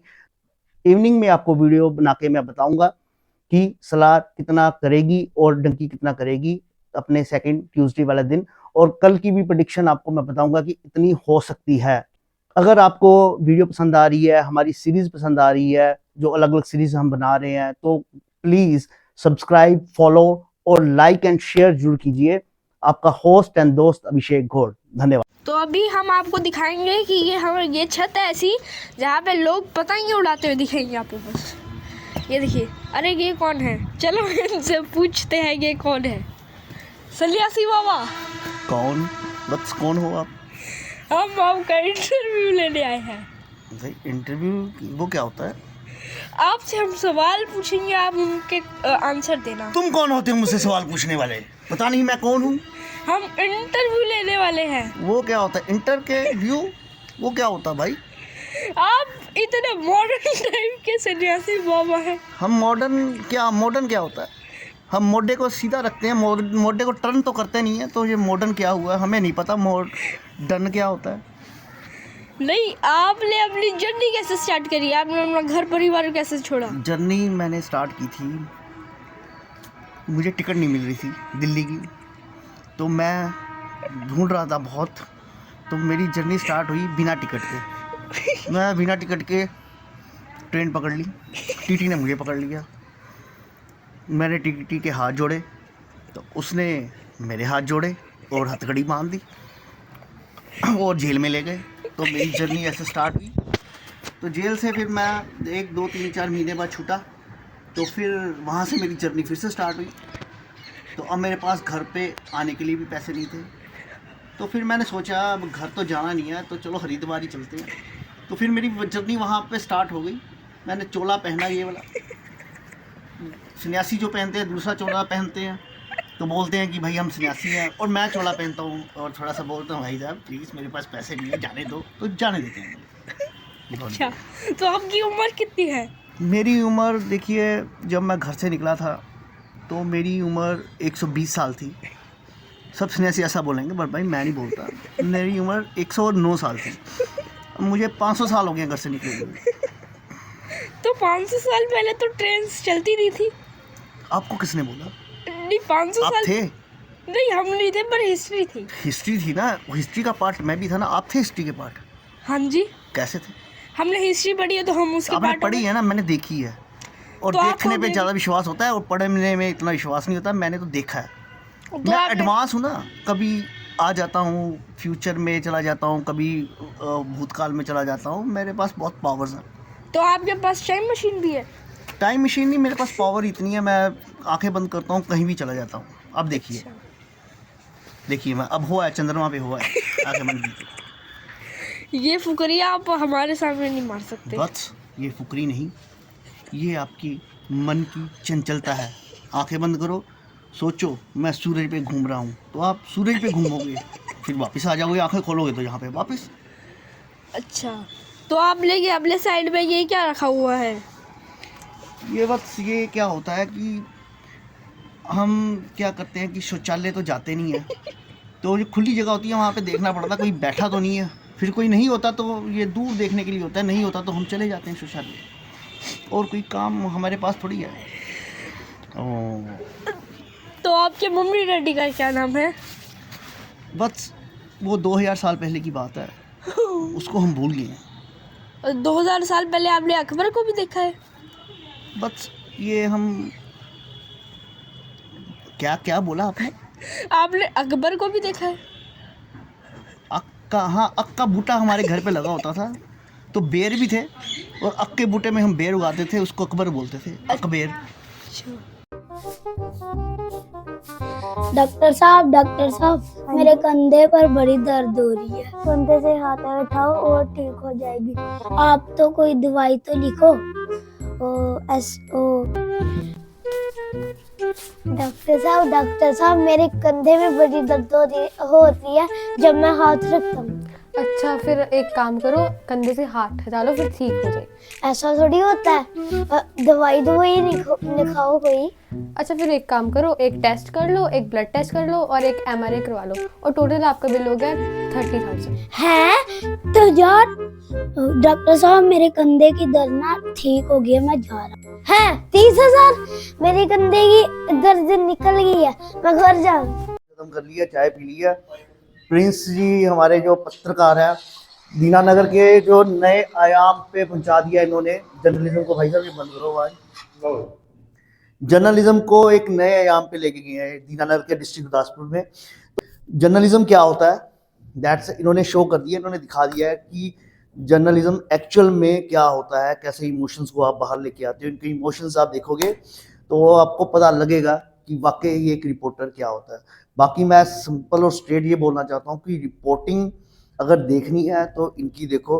तो प्रिंस जी की कहना जी तुम ਇਹਦੇ ਬਾਰੇ ਜੋ ਮੈਂ ਤੁਹਾਨੂੰ ਕਿਹਾ ਹੁਣੇ ਇਸ ਬਾਰੇ। ਅਭਿਸ਼ੇਕ ਜੀ, ਤੁਸੀਂ ਗੱਲ ਕੀਤੀ ਆ ਬਾਕੀ ਪੱਤਰਕਾਰਾਂ ਨਾਲ ਕੰਪੈਰੀਜ਼ਨ ਕਰਨ ਦੀ। ਮੈਂ ਕੰਪੈਰੀਜ਼ਨ ਨਹੀਂ ਕਿਸੇ ਨਾਲ ਕਰਦਾ। ਨਹੀਂ। ਹਾਸਨ ਤੱਕ ਪਹੁੰਚ ਜਾਂਦੇ ਆ, ਉਸ ਦਾ ਹਾਲ ਕਰਵਾਉਂਦੇ ਆ, ਹਰ ਕੋਈ बढ़िया काम कर रहा है। गुड लेकिन ਪੱਤਰਕਾਰਿਤਾ ਮੇਰੇ ਖਿਆਲ 'ਚ ਉਦੋਂ ਹੀ ਬੈਟਰ ਹੋ ਸਕਦੀ ਹੈ ਜਦੋਂ ਤੁਹਾਡੇ ਮਨ 'ਚ ਸਮਾਜ ਸੇਵਾ ਦੀ ਭਾਵਨਾ ਹੋਵੇ। ਤੁਸੀਂ ਚਾਹੁੰਦੇ ਹੋ ਦਿਲੋਂ ਕਿ ਕਿਸੇ ਨਾ ਕਿਸੇ ਤਰ੍ਹਾਂ ਹੀ ਲੋਕਾਂ ਦਾ ਭਲਾ ਕਰੀ। ਦੇਖੋ ਢੇਰ ਸਭ ਨੂੰ ਲੱਗਦਾ ਕੰਮ ਸਭ ਨੇ ਕਰਨਾ, ਪੈਸਾ ਸਭ ਨੇ ਕਮਾਉਣਾ, ਆਪਣੀ ਤਨਖਾਹਾਂ ਸਭ ਨੇ ਲੈਣੀਆਂ, ਲੇਕਿਨ ਇਹਦੇ ਨਾਲ ਨਾਲ ਜੇ ਜਨਤਾ ਦੀ ਸੇਵਾ ਕਰਨ ਦਾ ਜਜ਼ਬਾ ਲੈ ਕੇ ਤੁਸੀਂ ਕੋਈ ਵੀ ਕੰਮ ਕਰਦੇ ਹੋ, ਚਾਹੇ ਉਹ ਪੱਤਰਕਾਰਿਤਾ ਹੈ, ਚਾਹੇ ਉਹ ਪੁਲਿਸ ਲਾਈਨ ਹੈ, ਚਾਹੇ ਉਹ ਰਾਜਨੀਤੀ ਦੇ ਵਿੱਚ ਹੋ, ਤੁਸੀਂ ਕਿਸੇ ਵੀ ਲਾਈਨ ਦੇ ਵਿੱਚ ਹੋ, ਲੇਕਿਨ ਇੱਕ ਮਨ 'ਚ ਜਜ਼ਬਾ ਹੋਏ ਤੇ ਆਪਣੇ ਆਪ ਕੰਮ ਵਧੀਆ ਹੋ ਜਾਂਦਾ ਹੈ, ਸਭ ਕੁਝ ਬਦਲ। ਸੋਸ਼ਲ ਤੁਸੀਂ ਕੰਮ ਕੀਤਾ, ਸੋਸ਼ਲ ਦੀ ਗੱਲ ਕੀਤੀ ਕਿ ਇੱਕ ਪੱਤਰਕਾਰ ਨੂੰ ਸੋਸ਼ਲ ਵੀ ਕੰਮ ਕਰਨੇ ਚਾਹੀਦੇ, ਸੋਸ਼ਲ ਕੰਮ ਕਰਨਾ। ਤੁਸੀਂ ਵੀ ਸਟਾਰਟਿੰਗ ਤੋਂ ਅਸੀਂ ਛੋਟੇ ਸੀਗੇ ਤੁਹਾਨੂੰ ਦੇਖਦੇ ਰਹੇ ਆ ਕਿ ਸੋਸ਼ਲ ਕੰਮ ਤੁਸੀਂ ਕਾਫੀ ਕਰਦੇ ਰਹੇ ਹੋ। ਤੁਹਾਡਾ ਆਪਣਾ ਸਕੂਲ ਹੁੰਦਾ ਰਿਹਾ, ਉੱਥੇ ਵੀ ਤੁਹਾਡੇ ਜਿਹੜੇ ਫਾਦਰ ਆ, ਤੁਹਾਡੇ ਮਦਰ ਆ, ਉਹ ਵੀ ਕਾਫੀ ਚੈਰਿਟੀ ਕਰਦੇ ਰਹੇ ਆ, ਤੇ ਉੱਥੋਂ ਹੀ ਆਪਣਾ ਰੁਝਾਨ ਸਾਰਾ ਆਇਆ। ਤੇ ਫਿਰ ਤੁਸੀਂ ਇਸ ਲਾਈਨ 'ਚ ਕਿੱਦਾਂ ਆ ਗਏ? ਤੁਸੀਂ ਤੇ ਆਲਰੇਡੀ ਸੈਟਲਡ ਸੀਗੇ, ਵੈਲ ਸੈਟਲਡ ਫੈਮਿਲੀ, ਤੇ ਪੱਤਰਕਾਰ ਤੁਹਾਨੂੰ ਪਤਾ ਹੀ ਆ ਜਿਹੜੇ ਪੱਤਰਕਾਰ ਬਣੇ ਦੇ ਵਿਚਾਰੇ, ਸੌਰੀ ਕਿਸੇ ਨੂੰ ਮੈਂ ਗਲਤ ਨਹੀਂ ਕਹਿਣਾ ਚਾਹੁੰਦਾ, ਜਿਹੜੇ ਪੱਤਰਕਾਰ ਬਣੇ ਦੇ ਕਿ ਆਪਣਾ ਉਹਨਾਂ ਦਾ ਇਨਕਮ ਸੋਰਸ ਹੁੰਦਾ ਇੱਕ ਲਗਾ ਦਿੰਦੇ ਆ, ਠੀਕ ਹੈ, ਕਿਤੋਂ ਕੋਈ ਪੈਸੇ ਲੈ ਲਏ ਜਾਂ ਕੁਛ ਲੈ ਲਿਆ, ਉਹ ਇਨਕਮ ਸੋਰਸ ਹੁੰਦਾ। ਪਰ ਤੁਸੀਂ ਤਾਂ ਵੈਲ ਸੈਟਲਡ ਸੀਗੇ, ਸਭ ਕੁਛ ਆਪਣੇ ਕੋਲ, ਸਕੂਲ ਵੀ 2 ਸਕੂਲ ਸੀਗੇ, ਠੀਕ ਹੈ, ਤੇ ਕੋਈ ਇੱਦਾਂ ਦੀ ਕੋਈ ਪ੍ਰੋਬਲਮ ਨਹੀਂ, ਕੋਈ ਫਾਈਨੈਂਸ਼ੀਅਲ ਕੋਈ ਪ੍ਰੋਬਲਮ ਨਹੀਂ ਸੀਗੀ। ਤੇ ਫਿਰ ਇੱਦਾਂ ਕਿੱਦਾਂ ਤੁਸੀਂ ਇਸ ਲਾਈਨ 'ਚ ਕਿੱਦਾਂ ਆ ਗਏ ਤੁਸੀਂ? ਦੇਖੋ ਕਈ ਇਸ ਤਰ੍ਹਾਂ ਦੇ ਪ੍ਰੋਫੈਸ਼ਨ ਹੁੰਦੇ ਆ ਜਿਹਦੇ ਵਿੱਚ ਕੀ ਇਨਸਾਨ ਆਉਂਦਾ ਨਹੀਂ, ਮਜਬੂਰੀ ਨਾਲ ਨਹੀਂ ਆਉਂਦਾ, ਕਿਤੇ ਨਾ ਕਿਤੇ ਇੱਕ ਮਨ 'ਚ ਚਾਅ ਹੁੰਦਾ ਉੱਥੇ ਜਾਣ ਦਾ। ਓਕੇ, ਲਿਖਣ ਦਾ ਚਾਅ ਸੀ ਕਾਫੀ। ਮੈਂ ਦਿਖਾਵਾਂਗਾ ਕਿ ਜਦੋਂ ਮੈਂ ਛੋਟਾ ਸੀ ਜਾਂ ਯੰਗ ਏਜ 'ਚ ਸੀਗੇ, ਬਹੁਤ ਆਰਟੀਕਲ ਅਖਬਾਰਾਂ 'ਚ ਛਪੇ, ਮੈਗਜ਼ੀਨ 'ਚ ਛਪੇ ਆ। ਅੱਛਾ, ਉਹ ਵੀ ਆਰਟੀਕਲ ਹਾਲੇ ਹਾਲਾਂकि कई फाइलें गुम हो गई, लेकिन हाले भी पुरानी फाइल एडी मोटी फाइल पई है जिस पुराने आर्टिकल रुझान शुरू तो ही सीगा, रुझान शुरू तो बिल्कुल लिखण दा रुझान शुरू तो सी। बस बैठे सी किते उत्ते गल चली कि पत्रकार होना चाहिए, ਤੁਹਾਨੂੰ ਤੁਸੀਂ ਅੱਛਾ ਲਿਖਦੇ ਹੋ, ਅੱਛਾ ਬੋਲਦੇ ਹੋ, ਕਿਉਂਕਿ ਸੋਸ਼ਲ ਮੀਡੀਆ ਵਿੱਚ ਕਈ ਵਾਰੀ ਸਮੱਸਿਆਵਾਂ, ਜਨ ਸਮੱਸਿਆਵਾਂ ਚੁੱਕ ਕੇ ਰੱਖੀਆਂ ਔਰ ਉਸ ਦਾ ਹੱਲ ਵੀ ਹੋਇਆ ਅਧਿਕਾਰੀ ਨੇ ਕੀਤਾ। ਬਸ ਇੱਥੋਂ ਹੀ ਚਲੀ ਗੱਲ ਤੇ ਨਹੀਂ, ਮੈਂ ਜਿੱਦਾਂ ਸਟਾਰਟਿੰਗ 'ਚ ਕਿਹਾ ਸੀ ਕਿ ਪੱਤਰਕਾਰ, ਦੇਖੋ ਪੱਤਰਕਾਰ ਕਿਹੜੇ, ਜਿਹੜਾ ਇਹਨਾਂ ਦੇ ਜਰਨਲਿਜ਼ਮ ਦੀ ਗੱਲ ਕੀਤੀ ਸੀਗੀ, ਸਾਡੇ ਕੋਲ ਇੱਥੇ ਰਿਪੋਰਟਰ ਜਾਂ ਪੱਤਰਕਾਰ ਹੋਣਗੇ ਜਿਹੜੇ ਲਿਖਦੇ ਨੇ ਅੱਛੇ ਰਿਪੋਰਟਰਸ ਹੈਗੇ ਆ, ਜਿਹੜੇ ਕਿ ਆਪਣੇ ਐਕਸਪ੍ਰੈਸ ਕਰਦੇ ਆ। ਕਿ ਪੱਤਰ ਜਰਨਲਿਜ਼ਮ ਪੂਰਾ ਹੁੰਦਾ ਕਿ ਆਪਣੇ ਆਪ ਨੂੰ ਐਕਸਪ੍ਰੈਸ ਕਰਨਾ, ਇਮੋਸ਼ਨ ਨੂੰ ਐਕਸਪ੍ਰੈਸ ਕਰਨਾ, ਕਿਸੇ ਕੰਮ ਨੂੰ ਵੀ ਕਰਨਗੇ ਉਹਨੂੰ ਪੂਰੀ ਤਰ੍ਹਾਂ ਪੂਰੇ ਜਜ਼ਬੇ ਨਾਲ ਦੱਸਣਾ। ਉਸ ਬਾਰੇ ਮੈਂ ਇਹਨਾਂ ਦਾ ਕੰਪੈਰੀਜ਼ਨ ਨਹੀਂ ਕੀਤਾ, ਇਹਨਾਂ ਬਾਰੇ ਦੱਸਿਆ ਸੀਗਾ ਕਿ ਤੁਸੀਂ ਇਹਨਾਂ ਦੀ ਵੀਡੀਓਜ਼ ਦੇਖਦੇ ਹੋਗੇ, ਕੋਈ ਸੋਸ਼ਲ ਇਸ਼ੂ ਆਉਂਦਾ ਤੇ ਸਭ ਤੋਂ ਪਹਿਲਾਂ ਇਹਨਾਂ ਦੀ ਐਕਸਪ੍ਰੈਸ਼ਨ ਦੇਖੋ, ਅੱਖਾਂ ਦੇਖਿਆ ਕਰੋ, ਇਹਨਾਂ ਦੇ ਹਾਵ ਭਾਵ देखा करो, बिल्कुल अंदर टल जाते उस चीज़ से। दीनानगर शहर में चोरियों के मामले रुक नहीं रहे। जो अभी फ़िलहाल नई चोरियां हो रही हैं और जो पुरानी चोरियां हैं उस पर भी कोई कार्रवाई नहीं हो रही। Circular road mother Teresa school के नज़दीक रहने वाली एक महिला के घर 2 बार चोरी हो चुकी है। पहली बार तो चोर पकड़ा गया था, दूसरी बार महिला के घर चोरी हुई, उसके घर पे ताले वगैरह तोड़ दिए गए। पर बार बार पुलिस को और प्रशासन को कंप्लेंट करने के बाद भी कोई भी अभी तक कार्रवाई नहीं हुई। ये सीनियर सिटीज़न है और उनकी सुरक्षा जो सरकार को करनी चाहिए। आइए सुनते हैं महिला क्या कह रही है। 21 तरीक ਨੂੰ ਮੈਂ ਕੰਟਰੋਲ ਰੂਮ ਚੰਡੀਗੜ੍ਹ ਇਨਫੋਰਮ ਕੀਤਾ, ਗੁਰਦਾਸਪੁਰ ਕੀਤਾ, ਥਾਣੇ ਕੀਤਾ ਤੇ ਥਾਣੇ ਦੇ ਐਸਐਚਓ ਨੂੰ ਕੀਤਾ। ਮੁੜ ਕੇ ਉਸ ਤੋਂ ਬਾਅਦ ਮੈਂ ਰੋਜ਼ ਫੋਨ ਕਰਦੀ ਰਹੀ ਹਾਂ ਐਸਐਚਓ ਨੂੰ, ਮੈਂ ਕਹਿੰਦੀ ਰਹੀ ਹਾਂ ਵੀ ਮੈਨੂੰ ਰਿਪੋਰਟ ਭੇਜ। ਹਾਂਜੀ, ਤੇ ਜਿੱਲੇ ਮੈਂ ਆਈ ਹਾਂ ਤੇ ਉਹ ਹਾਦਸਾ ਹੋ ਗਿਆ, ਕਿਉਂਕਿ ਮੈਂ ਬਹੁਤ ਦੇਰ ਤੋਂ ਕਾਰਵਾਈ ਕਰਦੀ ਸੀ ਤੇ ਪੁਲਿਸ ਕਾਰਵਾਈ ਨਹੀਂ ਕਰਦੀ। ਉੱਥੋਂ ਦਾ ਜਿਹੜਾ ਸੰਨੀ ਮੁਨਸ਼ੀ ਹੈ ਉਹ ਅੱਗੋਂ ਕਾਰਵਾਈ ਨਹੀਂ, ਪੋਲੀਟੀਕਲ ਪ੍ਰੈਸ਼ਰ ਹੀ ਯਕੀਨ ਕਿ ਮੈਨੂੰ ਇਸ ਹੱਦ ਤੱਕ ਇਹਨਾਂ ਨੇ ਹਰਾਸ ਕੀਤਾ ਰਿਹਾ। ਮੰਜੇ ਤੇ ਪਾਉਣ ਵਾਲੇ ਵੀ ਮੈਨੂੰ ਆਇਆ ਵਾ। ਪਹਿਲੇ ਵੀ ਮੇਰੇ ਘਰ ਚੋਰੀ ਹੋਈ ਸੀ, ਜਦੋਂ ਮੈਂ ਖੁਦ ਚੋਰ ਫੜੇ ਤੇ ਮੈਂ ਬਰਾਮਦ ਕੀਤੀ ਚੋਰੀ, ਉਦੋਂ ਵੀ ਨਹੀਂ ਮੇਰਾ ਕਰਦੇ। ਤੇ ਫਿਰ ਕੀ ਕਹਿੰਦੇ ਨੇ, ਮੈਂ ਨਾ ਮੇਰੇ ਘਰ ਕਿਸੇ ਨੇ ਅਣਪਛਾਤੇ ਬੰਦੇ ਨੇ ਛਾਲ ਮਾਰੀ ਸੀ ਤੇ ਮੈਂ ਪੁਲਿਸ ਬੁਲਾਈ ਤਾਂ ਵੀ ਨਹੀਂ ਆਈ। ਤੇ ਮੈਂ ਸਾਰਿਆਂ ਨੂੰ ਜਾ ਕੇ ਐਪਲੀਕੇਸ਼ਨ ਦਿੱਤੀ ਸੀ ਕਿ ਮੈਂ ਮਹਿਫੂਜ਼ ਨਹੀਂ ਹਾਂ, ਮੈਂ ਇਕੱਲੀ ਹਾਂ ਤੇ ਮੈਂ ਸੀਨੀਅਰ ਸਿਟੀਜ਼ਨ ਹਾਂ, ਮੈਨੂੰ ਹਿਫਾਜ਼ਤ ਕਰੋ, ਮੇਰੇ ਇੱਥੇ ਕੈਮਰੇ ਲਾਓ, ਮੈਨੂੰ ਸੁਰੱਖਿਅਤ ਕਰੋ। ਕਿਸੇ ਨੇ ਕੀਤਾ, ਜੇ ਗਲੀ ਦੇ ਮੁਹੱਲੇ 'ਚ ਵੀ ਮੈਨੂੰ ਕੋਈ ਤੰਗ ਕਰਦਾ ਤੇ ਮੈਂ ਕਾਰਵਾਈ ਕਰਨੀ, ਤੇ ਪੁਲਿਸ ਕੋਈ ਕਾਰਵਾਈ ਨਹੀਂ ਕਰਦੀ। ਤੇ ਜਿਸ ਦਿਨ ਦੀ ਮੈਂ ਗਈ ਦੀ ਹਾਂ, ਮੈਂ ਰੋਜ਼ ਚੰਡੀਗੜ੍ਹ ਕੰਟਰੋਲ ਰੂਮ 'ਚ ਵੀ ਕਰਦੀ ਸੀ ਫੋਨ, ਤੇ ਉਹ ਮੇਰਾ ਫੋਨ ਉਹਨਾਂ ਨੇ ਬਲੌਕ 'ਤੇ ਲਾ ਦਿੱਤਾ। ਠੀਕ, ਇੱਥੇ ਆ ਕੇ ਵੀ ਮੈਂ ਕਰਦੀ ਰਹੀ ਤੇ ਉਹ ਨਹੀਂ ਚੁੱਕਦੇ। ਤੇ ਮਨਜੀਤ ਐਸਐਚਓ ਨੂੰ ਮੈਂ ਪਰਸਨਲੀ ਉਹਨੂੰ ਕਿਹਾ ਸੀ ਵੀ ਮੇਰਾ ਘਰ ਖੁੱਲ੍ਹਾ। ਉਹਨੇ ਕਿਹਾ ਵੀ ਤੁਸੀਂ ਮੁਨਸ਼ੀ ਨੂੰ ਨਹੀਂ ਕਹਿਣਾ, ਮੈਨੂੰ ਕਹੋ ਤੁਸੀਂ। ਤੇ ਮੈਂ ਉਹਨੂੰ ਕਿਹਾ ਵੀ ਮੇਰਾ ਘਰ ਬਾਹਰੋਂ ਤਾਲਾ ਲੱਗੇ ਦਾ, ਮੈਂ ਬਿਮਾਰ ਹਾਂ, ਮੈਨੂੰ ਕੋਈ ਲੁੱਕ ਆਫਟਰ ਕਰਨ ਵਾਲਾ ਨਹੀਂ, ਮੈਂ ਇੱਥੇ ਆਪਣੀ ਆਈ ਨਹੀਂ ਹਾਂ ਚੰਡੀਗੜ੍ਹ, ਤੇ ਮੇਰੇ ਘਰ ਦੀ ਸੁਰੱਖਿਆ ਕਰੋ, ਘਰ ਇਕੱਲਾ ਖਾਲੀ ਹੋਵੇ। ਤੇ ਉਹਨੇ ਕੋਈ ਤਵੱਜੋ ਨਹੀਂ ਦਿੱਤੀ। ਮੈਂ ਕਹਿੰਦੀ ਹੁੰਦੀ ਸੀ ਕਿਸ ਬੰਦੇ ਦੀ ਤੂੰ ਡਿਊਟੀ ਲਾਈ ਹੈ, ਮੇਰੇ ਨਾਲ ਗੱਲ ਕਰਾ। ਉਹਨੇ ਨਹੀਂ ਕੀਤੀ। ਮੈਂ ਫਿਰ ਉਹਨੂੰ ਆ ਕੇ ਇਨਫੋਰਮ ਕੀਤਾ ਵੀ ਤੈਨੂੰ ਮੈਂ ਕਹਿ ਕੇ ਗਈ ਸੀ ਸਾਰੇ ਤੋਂ ਤੂੰ ਕਿਉਂ ਨਹੀਂ ਕੀਤਾ। ਤੇ ਉਹਨੇ ਕਿਹਾ ਵੀ ਮੈਂ ਇੱਥੋਂ ਬਦਲ ਗਿਆ। ਮੈਂ ਕਿਹਾ ਤੂੰ ਬਦਲ ਗਿਆ, सिस्टम थोड़ी बदल गया। कृष्णा गली दीनानगर से औरतों ने लगाया धरना। गली से बाहर निकली और कहा कि हमारा एमसी या हमारा जो एमएलए है कोई भी सही काम नहीं कर रहा, ना ही हमारा सिटी प्रधान कोई काम कर रहा है, हमारी तरफ किसी का ध्यान नहीं है। गली में बीमारियां बढ़ रही हैं क्योंकि यहाँ पे गार और पानी जमा रहता है, नालियों का निकास नहीं है, गली टूटी पड़ी है, ना कोई देखता है, ना किसी सरकार का इसकी तरफ ध्यान है। तो आइए सुनते हैं कि कृष्णा गली की औरतों ने क्या कहा। साल हो गया साडी गली ना बनी 2013 ਚ ਬਣੀ ਸੀ 2013 ਚ ਗਲੀ ਬਣੀ ਸੀ ਤੇ 2004 ਸਾਲ ਗ੍ਰਾਂਟ ਆਂਦੀ ਕਿੱਥੇ ਜਾਂਦੀ ਉਹ ਗ੍ਰਾਂਟ ਨਾ ਸਾਡਾ ਬਿਜਲੀ ਵੀ ਨਾ ਸਾਡੇ ਆਪ ਵਾਲੇ 3 ਸਾਲ ਹੋ ਗਏ ਆ ਐਮਸੀ ਨੂੰ ਬਣੇ ਦੀ ਇੱਕ ਵਾਰੀ ਨਹੀਂ ਗਲੀ ਵਿੱਚ ਆਇਆ ਕੋਈ ਬਾਹਰ ਸੜਕ ਸ਼ਵਾਲੇ ਵਾਲੀ ਸਾਫ ਸੁਥਰੀ ਆ ਉਹਨੂੰ ਦੇੜ ਕੇ ਫੇਰ ਬਣਾਉਂਦੇ ਆ ਤੇ ਗਲੀਆਂ ਵੱਲ ਕੋਈ ਧਿਆਨ ਨਹੀਂ ਹੈਗਾ। ਅਸੀਂ ਕਹਿੰਦੇ ਜਿਹੜਾ ਮਰਜ਼ੀ ਆ ਜਾਏ ਏਡੀਸੀ ਆ ਜਾਏ ਜਿਹੜਾ ਮਰਜ਼ੀ ਆਏ ਸਾਡੀ ਗਲੀ ਬਣਨੀ ਚਾਹੀਦੀ ਹੈ। ਆ ਦੇਖੋ ਮੂੰਹ ਟੱਕਣੀ ਦਰ ਹੋਣੇ ਟੋਲੀ ਕਰਨੇ ਨਹੀਂ ਗਲੀ ਹੁਣ ਆਈ ਗਲੀ ਸਾਫ ਹੀ ਨਹੀਂ ਕਰਨੀ ਨਹੀਂ ਹੈ ਆਪ ਹੀ ਕਰਿਆ ਕਰਨੀ ਗਲੀ ਸਾਫ ਤੇ ਇੱਥੇ ਕਿਸੇ ਨੂੰ ਵੋਟ ਨਹੀਂ ਦੇਣੀ ਹੈਗੀ। ਵੋਟ ਆਈ ਕਿਸੇ ਨੂੰ ਕੋਈ ਇੱਥੋਂ ਦਾ ਮੋਹਤਵਾਰ ਨਹੀਂ ਹੈਗਾ, ਕੋਈ ਰਿਸਪੌਂਸ ਸਾਡੀ ਗਲੀ ਦੀ ਕੋਈ ਰਿਸਪੌਂਸਿਬਿਲਟੀ ਨਹੀਂ ਲੈਂਦਾ ਤੇ ਫਿਰ ਵੋਟਾਂ ਜਦੋਂ ਕੋਈ ਗੱਲ ਕਰਨੀ ਹੈ ਤੇ ਕਿੱਦਾਂ ਤੇ ਫਿਰ ਕਿੱਦਾਂ ਲੈਣੀ ਹੈ। ਸਰ 11:30 ਹੋ ਗਿਆ ਹੁਣ ਗਲੀ ਆਏ ਸਾਫ ਕਰਨ ਅਸੀਂ ਗਲੀ ਨਹੀਂ ਸਾਫ ਕਰਨੇ ਨਹੀਂ ਇੱਥੋਂ ਦਾ ਕੋਈ ਜ਼ਿੰਮੇਵਾਰੀ ਬੰਦਾ ਨਹੀਂ ਹੈਗਾ, ਸਾਡਾ ਮੋਹਤਵਾਰ ਨਹੀਂ ਹੈਗਾ ਗਲੀ ਦਾ ਕੋਈ ਰਿਸਪੌਂਸਿਬਿਲਟੀ ਨਹੀਂ ਲੈਂਦਾ। ਫੋਨ ਕਰਦੇ ਆ ਕੋਈ ਨੂੰ ਤੇ ਕੋਈ ਡਰਾਈਵਰੀ ਕਰਨ ਦਿਆ ਕੋਈ ਕੁਛ ਕਰਨ ਦਿਆ ਉਹ ਆਂਦੇ ਨੇ ਗਲੀ ਵਿੱਚ ਤੁਹਾਡਾ ਮੇਨ ਕਹਿਣਾ ਹੈ ਕਿ ਸੁਣਵਾਈ ਨਹੀਂ ਹੋ ਹੁੰਦੀ ਸਾਡੀ ਸੁਣਵਾਈ ਨਹੀਂ ਹੋ ਕੋਈ ਨਹੀਂ ਸੁਣਦਾ ਹੈਗਾ ਸਾਡੇ ਨਹੀਂ ਸੁਣਦਾ ਪਿਆ ਕੋਈ ਨਹੀਂ। ਤੇ ਹੁਣ ਜਿਹੜਾ ਗਲੀ ਦੇ ਵਿੱਚ ਬਿਮਾਰੀਆਂ ਵਗੈਰਾ ਚੱਲਦੀਆਂ ਉਹਦੇ ਬਾਰੇ ਕੀ ਕਹਿਣਾ ਕਿ ਨਾ ਪਾਣੀ ਰੁਕ ਜਾਂਦਾ ਹਾਂ ਇਹ ਗੰਦਗੀ ਕਰ ਉਹ ਜਿਹੜੇ ਐਮਸੀ ਕਮੇਟੀ ਨੇ ਸਾਰਾ ਕੰਮ ਸਾਡਾ ਖਰਾਬ ਕੀਤਾ। ਐਮਸੀ ਨੇ ਸਾਡਾ ਸਤਿਆਨਾਸ਼ ਕਰ ਛੱਡਿਆ, ਕੋਈ ਐਮਸੀ ਸਾਡਾ ਚੰਗਾ ਨਹੀਂ ਆਇਆ। ਨਾਲ ਹੋ ਕੇ ਤੁਰੇ ਅਸੀਂ ਤੇ ਸਾਨੂੰ ਆ ਗੰਦਗੀ ਚ ਰਹਿਣਾ ਪੈਣ ਡਿਆ ਵਾ। ਕੋਈ ਵੀ ਹੁਣ ਅੱਗੇ ਐਮਸੀ ਆਇਆ ਤਾਂ ਸੋਚ ਸਮਝ ਕੇ ਆਏ। ਵੋਟਾਂ ਐਕਦੀ ਅਸੀਂ ਕਿਸੇ ਨੂੰ ਵੀ ਨਹੀਂ ਪਾਣੀਆਂ, ਜਿੰਨੇ ਤੀਆਂ ਗਲੀਆਂ ਨਹੀਂ ਬਣੀਆਂ ਅਸੀਂ ਵੋਟਾਂ ਕਿਸੇ ਨੂੰ ਨਹੀਂ ਦੇਣੀਆਂ। ਜਿਹੜਾ ਵੀ ਇਹਦਾ ਸੋਚੇਗਾ ਜਿਹੜਾ ਸਾਡਾ ਉਹਨੂੰ ਹੀ ਅਸੀਂ ਵੋਟ ਦਵਾਂਗੇ। ਪਹਿਲੇ ਅਸੀਂ ਕੁਛ ਨਹੀਂ ਐਕਟੀ ਕਰਨ ਦੇਣਾ, ਅੰਦਰਾਂ ਦੀ ਬਟਨ ਵੀ ਨਹੀਂ ਦੇਣਾ ਕਿਸੇ ਨੂੰ। ਜਿਹੜਾ ਮਰਜ਼ੀ ਐਮਸੀ ਆਏ ਅਸੀਂ ਗਲੀ ਚ ਨਹੀਂ ਆਉਣਾ, ਆਏ ਤਾਂ ਭਾਵੇਂ ਕੋਈ ਪੁਰਾਣਾ ਆਏ। ਬਾਰਿਸ਼ ਆਂਦੀ ਸਾਡੇ ਅੰਦਰ ਚ ਪਾਣੀ ਆ ਜਾਂਦਾ ਵਾ, ਕੋਈ ਨਿਕਾਸ ਨਹੀਂਗਾ ਪਾਣੀ ਦਾ। ਜਿਹੜਾ ਜੰਗਲਾ ਵਾ ਨਾ ਜਿਹੜਾ ਬਾਹਰ ਜਾਣ ਵਾਲਾ ਪਾਣੀ ਦਾ ਨਿਕਾਸ ਹੈਗਾ ਵੀ ਬਹੁਤ ਛੋਟਾ, ਸਾਡਾ ਹੱਲ ਕੀਤਾ ਜਾਵੇ। ਨਾਲੀਆਂ ਬਹੁਤ ਛੋਟੀਆਂ, ਨਾਲੀਆਂ ਦੀ ਰਿਪੇਅਰ ਹੋਣ ਵਾਲੀ ਸਾਰਿਆਂ ਦੀ ਰਿਪੇਅਰ ਕੀਤੀ ਜਾਵੇ। ਸਾਡੀ ਪੂਰੀ ਗਲੀ ਦੀ ਮੰਗ ਵਾ। ਨੀਰਾ ਬਿਮਾਰੀ ਦਾ ਘਰ ਹੀ ਆ। ਦੇਖੋ ਉਧਰ ਦੇਖੋ ਸਰ एक बारी कैमरा देखो करके गार देखो कितना निकलेंगी। दोस्तों क्या हाल चाल है, मैं हूं आपका होस्ट एंड दोस्त अभिषेक गौड़। दोस्तों आज हम बात करेंगे दीनानगर शहर में एक गली है जिसका नाम है कृष्णा गली। आप पीछे बैकग्राउंड में देख रहे होंगे कि कितनी सिचुएशंस की ख़राब है। कांग्रेस की यहाँ पे एमएलए है और एमसी भी सारे कांग्रेस के ही हैं, बट पर 3 साल हो गए एमसी इलेक्शन हुए और हमारे जो यहाँ के एमसी हैं उन्होंने आज तक कोई भी काम नहीं किया, ना ही वो गली में कभी आते हैं। आप देख रहे होंगे कितनी बुरी हालत है, लोगों का रहना बहुत मुश्किल है।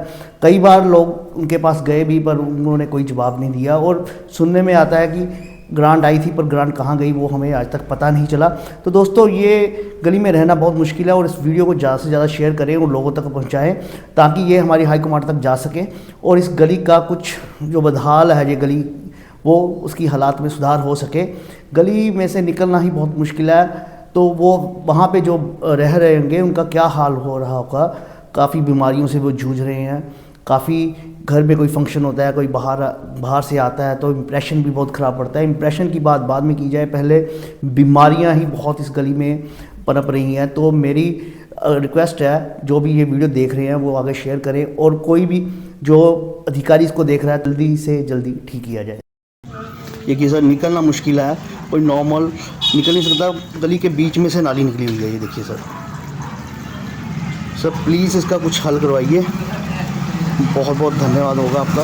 राम कहा जाए कि श्याम कहा जाए, राम कहा जाए कि श्याम कहा जाए, बोल मेरे भगवन तुम क्या कहा जाए, राम कहा जाए कि श्याम कहा जाए, बोल मेरे भगवन तुम्हें क्या कहा जाए।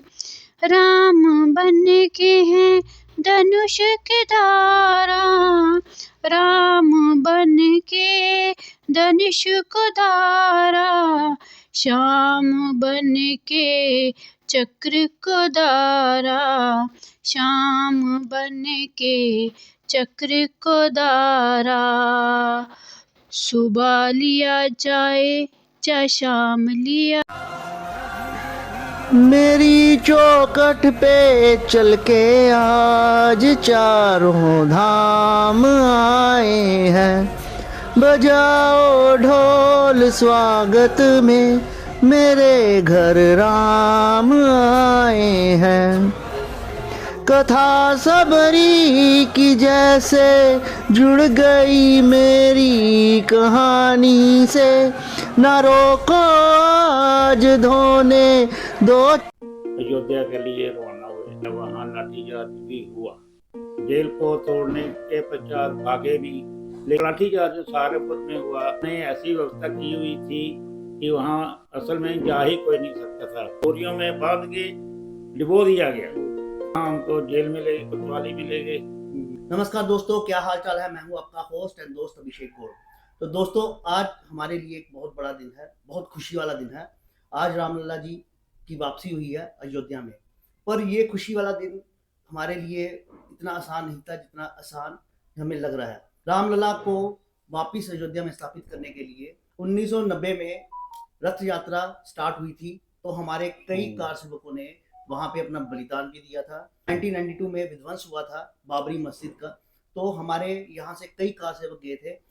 उन्हीं की बदौलत हमें आज ये दिन देखने को मिल रहा है। और उन्हीं में से एक कार सेवक करण शर्मा जी जो आज हमारे साथ हैं, तो वो बताएंगे उस दिनों के बारे में जब कत्लेआम भी हुआ था, कार सेवकों पर गोलियां भी चली थी और काफी कार सेवकों को जेल में भी डाला था, उन पर पर्चे भी हुए थे। बाकी की कहानी हम सुनते हैं करण शर्मा जी की जुबानी ही। करण शर्मा जी नमस्कार। नमस्कार। अभी हमारी बातचीत चल रही थी कि 1990 में हमारी रथ यात्रा शुरू हुई थी और उसके बाद 1992 में बाबरी मस्जिद थी, उसका विध्वंस हुआ था। तो आपका क्या उसमें रोल रहा था, आपने क्या किया था? आपने तो देखा सब कुछ, तो प्लीज हमें बताइए क्या हुआ था उस समय। 1990 की बात है कि स्थानीय दीनानगर से हम लगभग गांवों से डालकर 100 कार्यकर्ता अयोध्या के लिए रवाना हुए। पठानकोट से ट्रेन में बैठे और सहारनपुर में हमको गिरफ्तार कर लिया गया। वहाँ पर गाड़ी को रोक लिया गया। सभी कार सेवकों को वहाँ से उतार कर गिरफ्तार कर लिया गया। वहाँ लाठीचार्ज भी हुआ। हम लोग सभी कार्यकर्ता 500-700 की संख्या में वहाँ गिरफ्तार हुए। हमें पकड़कर सहारनपुर में ले जाया गया। वहाँ से हम लोग अपने साथियों की मदद से पुलिस लाइन से भागकर दीवार को क्रॉस करके हम लोग वहाँ से निकले। हमको वहाँ पर विश्व हिंदू परिषद के या स्थानीय लोगों के संयोग से हमको रात को फिर स्टेशन में भेज दिया गया। वहाँ से हम रेल द्वारा अयोध्या ही जा रहे थे। लखनऊ से पहले हरदोई स्टेशन में हमको फिर गिरफ्तार कर लिया गया। हम 3 लड़के दीनानगर के थे, 4 ताड़ागढ़ के थे। फिर हमको पकड़कर वहाँ से सीतापुर जेल में भी शिफ्ट कर दिया गया। सीतापुर जेल में हमने एक बार जेल को तोड़ने के पश्चात भागे भी, लेकिन अनजान होने के कारण, रास्तों का मालूम ना होने के कारण भड़क गए। हमको फिर पुलिस ने वहाँ गिरफ्तार कर लिया। करण जी, एक बात पूछना चाहूँगा आपसे, क्या उस दौरान जब आपको पकड़ा गया तो आप पे कोई उन्होंने 3rd डिग्री या कुछ ऐसा किया कि आपको मारा हो या पीटा हो, कुछ ऐसा किया पुलिस ने? नहीं, हम जहाँ भी गए पुलिस वालों ने भी ठीक है। वहाँ पर उस समय मुल्ला मुलायम सिंह की सरकार थी, कुछ विपक्ष वाले भी थे, लेकिन ज़्यादा हमको सभी ने संयोग दिया। प्रशासन का भी हमको संयोग रहा। हमको किसी भी प्रकार से दंडित नहीं किया गया। लेकिन लाठीचार्ज जो सहारनपुर में हुआ वो आपस में कोई गलतफहमी के कारण हुआ था, जिसमें हमारे कार्यकर्ताओं को चोट बहुत कम लगी। स्थानीय लोगों को वहाँ पर ज़्यादा चोटें आई। तो वो जब लाठीचार्ज हुआ था, गलतफहमी आपने बोला है कि गलतफहमी कैसे हो गई कि कुछ आपसी कार्यकर्ताओं की भी गलतफहमी हुई या जनता और कार्यकर्ता? जनता और कार्यकर्ता। देखिए भाई साहब, हम तो सहारनपुर में थे, हमको क्या मालूम है कि यहाँ आगे कौन से इलाका है। हम लोगों को जिधर जिधर स्थानीय लोग लेकर जा रहे थे, हम जा रहे थे। रेलवे स्टेशन के पास ही हनुमान जी का मंदिर है, वहाँ से हमको स्थानीय लोग बोल रहे थे कि आप गिरफ्तारी जरिए तो इधर से घूम के जाना है। वहाँ मुसलमानों का इलाका था, पुलिस ने हमको नहीं जाने दिया। वो कह रहे थे जाना है, तो फिर उन्होंने लाठीचार्ज की। लेकिन फिर भी ये बात है कि कार्यकर्ता हमको नहीं छोड़ा। कार्यकर्ता मतलब सेफ थे। सेफ थे। तो जब हम देखते हैं कि 90 के ही दौरान मुलायम सिंह की सरकार थी, तो जब गोली भी चली थी उस दौरान, तो वो कब का समय था, वो थोड़ा समय बताएं। 90 में ही कुछ पंजाब से, काफ़ी लोग पंजाब से, हरियाणा से, जाने की ये कहने का भाव है कि पूरे भारतवर्ष से, विदेशों से भी लोग, जैसे कि हमको रसोई में रेस्ट कर लिया गया, हमारे कुछ साथी बच बचा के अयोध्या में भी पहुंच गए। ऐसे ही काफ़ी लोग जो अयोध्या में पहुंच गए, उन्होंने वहां पर कार सेवा की कोशिश की। लेकिन मुलायम सिंह की सरकार होने के कारण मुलायम सिंह ने कहा था कि यहाँ पंछी भी परिंदा नहीं मारेगा। उसने ऐसी व्यवस्था की हुई थी कि वहाँ असल में जा ही कोई नहीं सकता था। लेकिन साधु महात्माओं को भी गिरफ्तार कर लिया, उनमें गाड़ी में बिठाया। साधु महात्मा ड्राइविंग आती थी, उन्होंने ड्राइवर को पकड़कर बाहर निकाल दिया और वो गाड़ी लेकर चले गए। उन्होंने एक तरह की कार सेवा कार ही ली। अच्छा, वो मतलब आप कामयाब मानते हो? कामयाब जो पहुंच गए हैं, जब पहुंच गए वहाँ पर थोड़ा डंडा लगा दिया। ठीक है। उसके बाद नवंबर में 2 नवंबर को फिर कार सेवा इकट्ठे हुए। इकट्ठे होने के बाद वो सभी जाना चाहते थे, लेकिन निहत्ते, उनके पास कुछ भी नहीं था, लाठियां भी नहीं थी। वो बैठे हुए जा रहे थे, उनको रोक लिया गया, वो नीचे बैठ गए। सत्याग्रह शुरू कर दिया, हमने तो दर्शन करने जाना ही है। लेकिन उसी समय लखनऊ से अधिकारियों का जैसे भी कोई कहते हैं संदेश आ गया, उन्होंने नेताओं पर गोलियां चलाई, जिसमें हमारे काफ़ी कार सेवक मारे गए। उसके बाद कई कार सेवकों का तो अभी तक पता ही नहीं चला। किसी को पकड़कर सरजू में पत्थर बांधकर अच्छा। बालू के बोरियों में बांध के डिबो दिया गया। इतना ये आपके सामने की बात ये तो सारे अभी भी जीवित है, काफी लोग, 30-32 साल पुरानी बात हो गई है, अभी भी लोग जीवित है जिन्होंने ये सीन देखा है। ये अपने ही देश में उस समय हमारे ही धर्म के लोगों पर, हमारे ही भारतवासियों पर ये अत्याचार हुआ उस समय, और सरकार थी मुलायम सिंह की। तो ये उन्होंने सिर्फ एक वोट बैंक के लिए ही किया या उनका कोई और पर्पस था उस समय? बिल्कुल वोट बैंक के लिए और पर्पस क्या है। देखिए आज सभी वहाँ जाना चाहते हैं। ये है कि कहते हैं हम 22 को नहीं जाएंगे, कुछ दिनों बाद जाएंगे, जाना तो चाहते हैं। तो करण जी मुझे ये बताइए कि आप पर भी केस हुए, काफी धाराएं भी लगी आप पर। हाँ, आप जेल में भी गए, अभी कुछ फिलहाल उसके बाद 1 साल बाद 1991 की बात है, विश्व हिंदू परिषद बजरंग दल द्वारा वहाँ शौर्य दिवस मनाने के लिए हमको कॉल आई। हम लोग गए वहाँ पे। शौर्य दिवस उसके लिए हम बलिदान दिया था 90 में जो हमारे कासिम ने। हाँ, उनका शौर्य दिवस के लिए हम लोगों को, मैं बजरंग दल का कार्यकर्ता था, हम गए वहाँ पर। तोड़ फोड़ तो करेंगे यदि गए हैं तो। तोड़ फोड़ करने के कारण हमको वहाँ पर गिरफ्तार कर लिया गया। आपको गिरफ्तार करके जेल 1991 की बात है। वहाँ हमको जेल में ले गए, कोतवाली में ले गए, फैजाबाद में। उसके बाद रात को हमारी जमानत हुई, हम लोग अपने घर में आ गए। जमानत आपकी किसने करवाई उस समय? स्थानीय लोगों ने हाँ, पूरा साथ दिया आपका। हाँ, तो जमानत उन्होंने करवाई। हाँ, तो ऐसा तो नहीं हुआ कि आपको जब गिरफ्तार किया अंदर कोई टॉर्चर किया गया हो? क्योंकि सरकार तो मुलायम सिंह यादव की थी। नहीं, उस समय कल्याण सिंह की सरकार, 1991 में कल्याण सिंह की सरकार थी। 1991 में कल्याण सिंह जी आ गए थे। मुझे सुनने में आया था कि 90 में जब कासिमों पर गोली चली थी तो मुलायम सिंह जी ने इस्तीफा दे दिया था, इस्तीफा मांगा गया था। वो तब की बात है मेरी। कल्याण सिंह आ गए थे और 92 की बात है। तो जो 91 में तो हो गया, शौर्य दिवस मनाने के लिए गए, तब आपका केस हुआ। हाँ जी। तो जब विध्वंस हुआ था, जब अपना बाबरी मस्जिद का, जिसको हम बाबरी मस्जिद बोल देते हैं, विध्वंस बोल देते हैं, तो उस समय आपका क्या मतलब, आपने वहाँ पे गए थे, वहाँ पे अटेंड किया था आपने? हाँ जी, किया था। उस समय मेरे पे केस पड़ा था। हाँ जी। 147 227 IPC धारा पे मेरे पे केस। ये हमें थोड़ा बताइए, 147 ये कौन सी धाराएं लगी थी आपको? भड़काऊ भाषण, तोड़फोड़। भड़काऊ भाषण और तोड़फोड़, ये धाराएं लगाई थी, मतलब बिना किसी प्रूफ के आपको? कुछ नहीं था हमारे पास। तो ये तो बहुत ही उस टाइम गलत हुआ। कोई स्थानीय लोगों ने या दूसरी सरकार ने या दूसरी पार्टी वालों ने आपकी सपोर्ट नहीं की उस समय? उस समय रात को, आधी रात को हमको छोड़ा लाए। उसके बाद तो यही साथ हम अपने साथियों को यही बताते रहे कि आप पर केस पड़ा था। उसके बाद खत्म हो गया, हम कभी गए ही नहीं। लेकिन अचानक ही आज से 3 साल पहले अचानक ही हमको कुछ मालूम भी नहीं था, गिरफ्तारी वारंट आ गए हमारे। जब गिरफ्तारी वारंट मतलब आपके 30 साल बाद गिरफ्तारी वारंट आपके आए, जो कि आपको पता भी नहीं था? पता भी नहीं। तो उसका क्या बना? फिर गिरफ्तारी वारंट आने के बाद जैसे हमने तत्काल वहाँ अयोध्या में जाके सरेंडर किया। वहाँ पे हमने हमारी जमानत हुई। ये हमारी जमानत हुई हमारी 16/2/22 को। 16/2/22 को जमानत हुई है इनकी। ये केस जो धाराएं लगी थी, तो अभी ये आपके ये केस जो चल रहा है, अभी जमानत हुई उसके बाद ये केस चल रहा है या अभी केस चल रहा था, लेकिन पिछले साल ही केस को खत्म किया गया। पिछले साल खत्म हो चुका है केस। ओके, तो देखिए हम यही इनसे मिलवाने का यही हमारा मुद्दा था कि आप जो खुशी मना रहे हैं, ये हमें खुशी आसानी से नहीं मिली। करण शर्मा जी जैसे जो कार सेवक थे, उन्होंने कितनी कुर्बानियां दी और उसकी वजह से आपको ये आज दिन देखने को मिल रहा है कि ये दिन इतनी आसानी से नहीं मिला।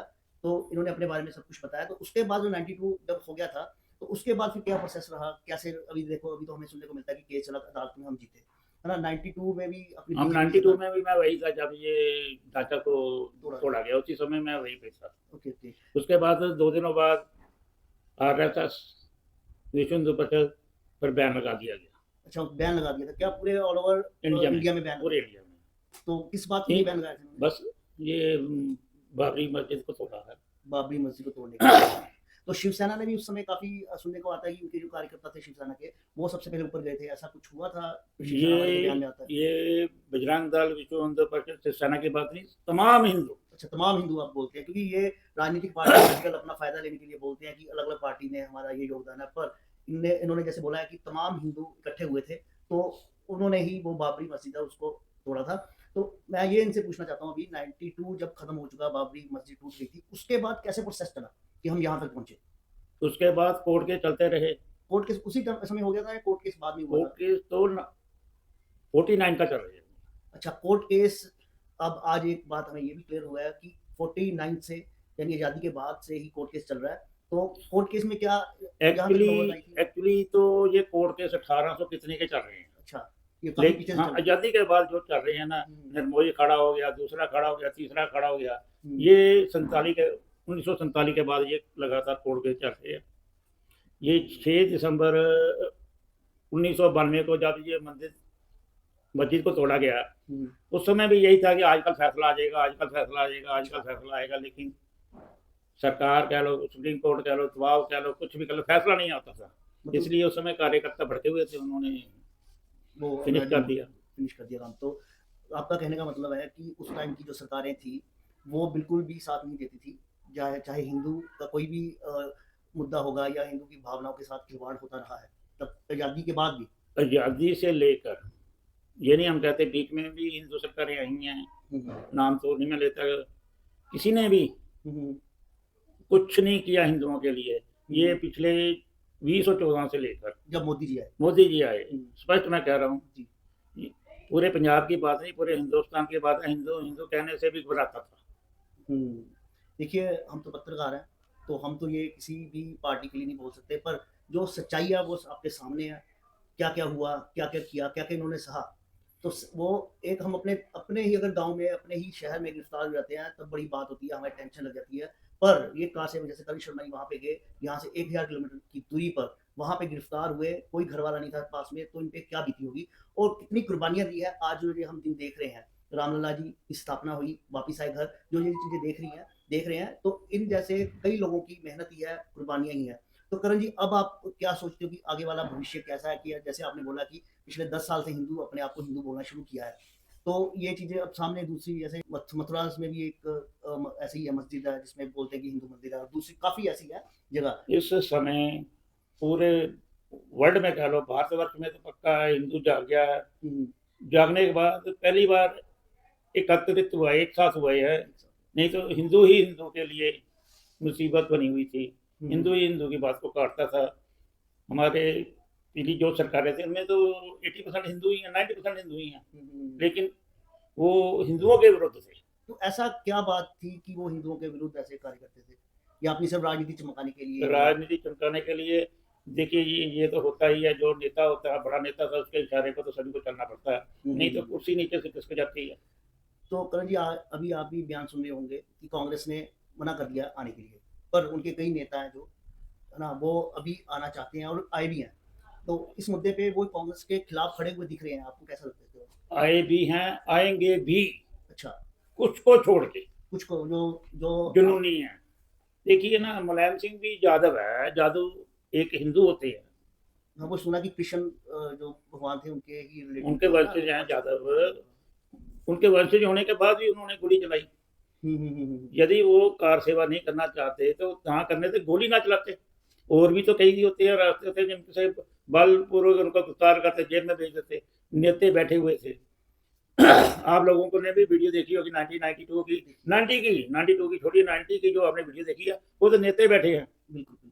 तो अभी आप खुश हो जो आज हुआ है? आज खुश इतने हैं कि हम आपको अपने, हमारे पास वो शब्द नहीं है कि हम बयान कर सकें कि कितनी खुशी हुई है। हाँ, एक बात मैं भूल गया, 92 में जब हम बाबरी मस्जिद को फिनिश करके आए थे तो हमको लोग पूछते थे क्या करके आए हो। अच्छा, अपने लोगों ने अपने लोग ही पूछते क्या करके आए हो। हमने कहा जी वो कलंक खत्म कर दिया। बनाओगे कब? हमको ये उस दिन ही हम सभी को कहते थे कि हमने कलंक खत्म कर दिया, चाहे हमारे जीवन में बने चाहे ना बने।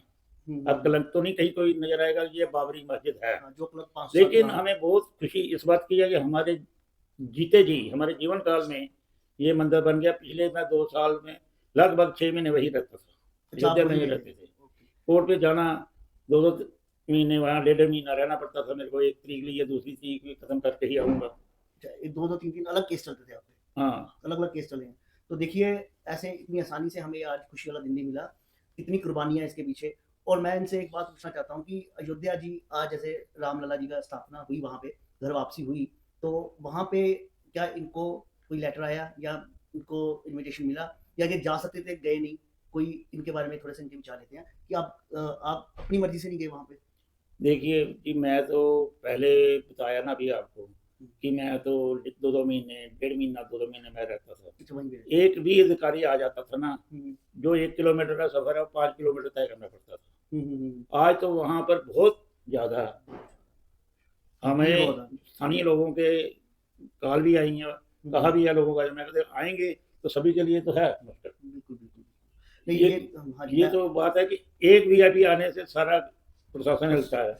आज तो पता नहीं कितने वीआईपी है वहाँ पे। हमने कहा था जाएंगे थोड़ा समय बाद। पर देखो एक आपके लिए एक बहुत अच्छी खबर, अच्छी खुशखबरी, आपका दिल भी खुश होगा कि आप पहले जिस गए थे, जिस मुकाम को हासिल करने के लिए गए थे, वो मुकाम आपने हासिल कर लिया। अब आप देखोगे अयोध्या जी स्थान पर आए, रामलला जी की स्थापना हुई है। 1 साल पहले मैं वहाँ पे था। 1 साल वहाँ पे देखिए बड़े नाराज हुए हैं कई, तो कई पार्टी ने तो मना कर दिया कि जाना नहीं है, पर काफी लोग नाराज हुए कि हमें बुलाया नहीं है। और जो असली हीरो हैं, असली हीरो को बोल सकते हैं कि असली जिन्होंने इस दिन को हमें दिखाया, तो उनके दिल में कोई लालच नहीं है, बिना किसी लालच के वो अपना काम किया, सिर्फ अपने धर्म को बचाने के लिए, अपने धर्म को पुनर्जीवित करने के लिए। तो आज का विषय था हमारा, हमारे जो हीरोज हैं उनको आपको दिखाना, उनकी बातचीत आपसे करवानी, उनके बारे में आपको कुछ दिखाना है, क्या क्या उन्होंने किया है।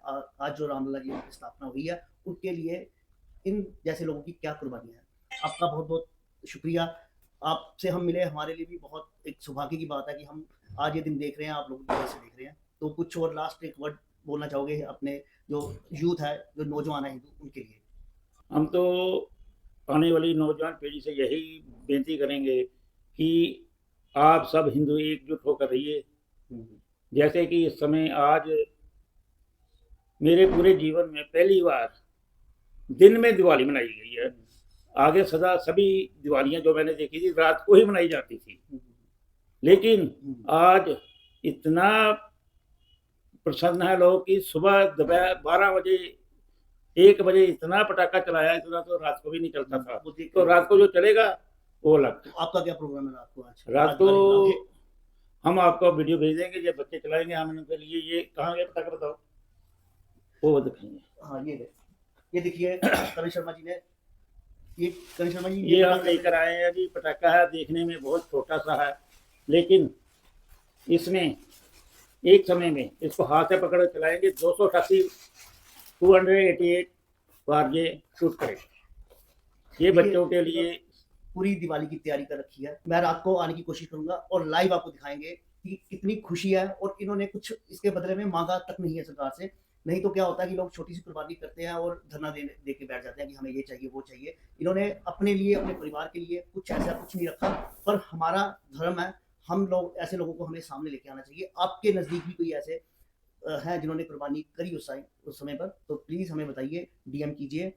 तो वीडियो यहीं पे समाप्त करते हैं। आपका होस्ट एंड दोस्त अभिषेक गौर विद करण शर्मा जी। नमस्कार सर। जय श्री राम। देशवासियों ਨੂੰ पूरी दुनिया ਨੂੰ मेरे ਵੱਲੋਂ जय श्री राम, जय श्री राम, जय श्री राम, श्री राम, जय राम, जय जय राम, श्री राम, जय राम, जय जय राम।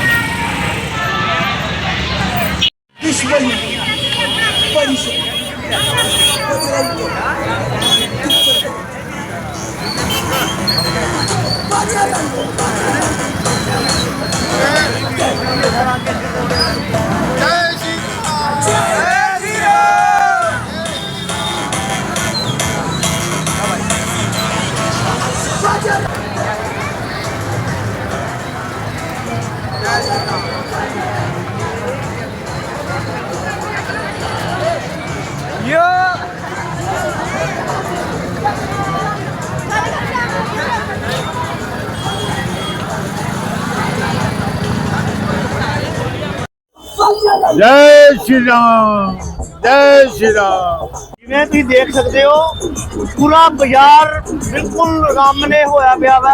राम भगवान की खुशी जी अज है वो सिर्फ पिछ एक ही जात ਲਈ नहीं है, सब दे ਲਈ है। समाना देखो लोगों ने अलग अलग स्टॉल लाए हुए ने। लग रहा अज बड़ी दिवाली है।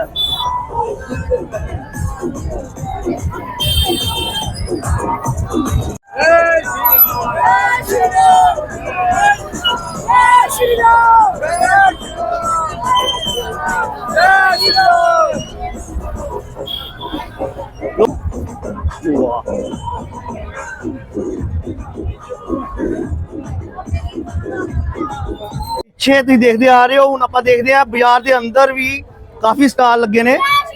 ਜੈ ਸ਼੍ਰੀ ਰਾਮ,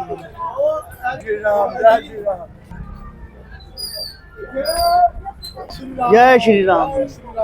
आज लाखों देशवासी जिन्होंने कुर्बानी की राम मंदिर के लिए, आज उनकी वो कुर्बानी सफल हुई। मोदी जी अमर हो गए, जिन्होंने इस मंदिर के लिए प्रयास किए हैं। मोदी जी अमर रहे। धन्यवाद। जय श्री राम।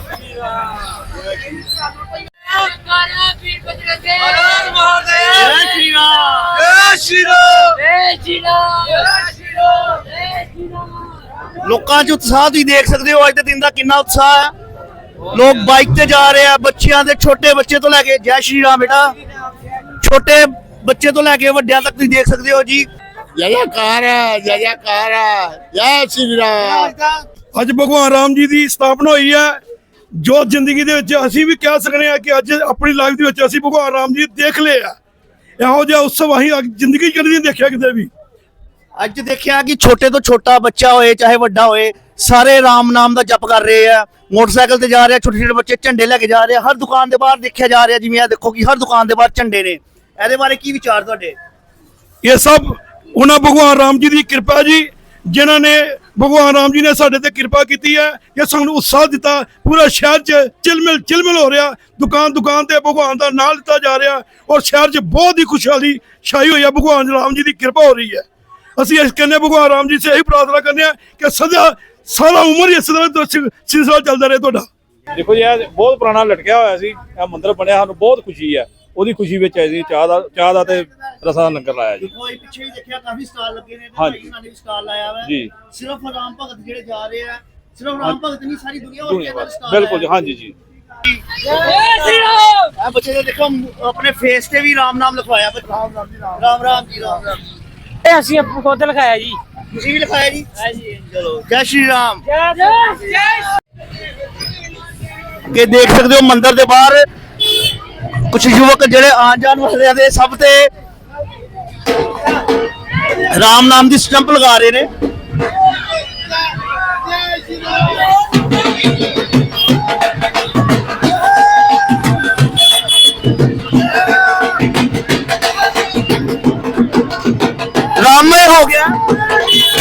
समाज आज देख सकते हो पूरा दीनानगर शहर राममय हो गया है।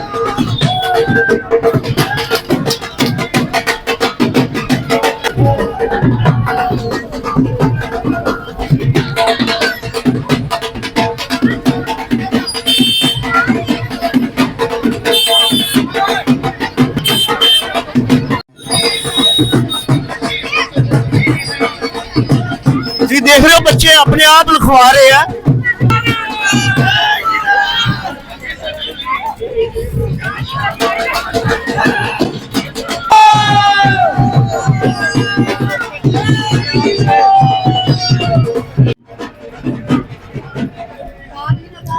ਪੂਰਾ ਪਿੱਛੋਂ ਤੁਹਾਨੂੰ ਦਿਖਾਉਂਦਾ ਆ ਰਿਹਾ, ਪਰ ਰਾਮ ਨਾਮ ਦੀ ਸ਼ਰਧਾ ਖੁਸ਼ੀ ਲੋਕਾਂ 'ਚ ਕਿਤੇ ਵੀ ਘੱਟ ਨਹੀਂ ਦਿਖ ਰਹੀ। ਹਰ ਦੁਕਾਨਦਾਰ ਨੇ ਹਰ ਆਪਣੇ ਸਮਰੱਥਾ ਦੇ ਅਨੁਸਾਰ ਜੋ ਵੀ ਹੋ ਰਿਹਾ ਅੱਗੇ ਪ੍ਰੋਵਾਈਡ ਕੀਤਾ ਜਾ ਰਿਹਾ, ਹਰ ਕਿਸੇ ਨੇ ਪ੍ਰੋਵਾਈਡ ਕੀਤਾ ਆਪਣਾ।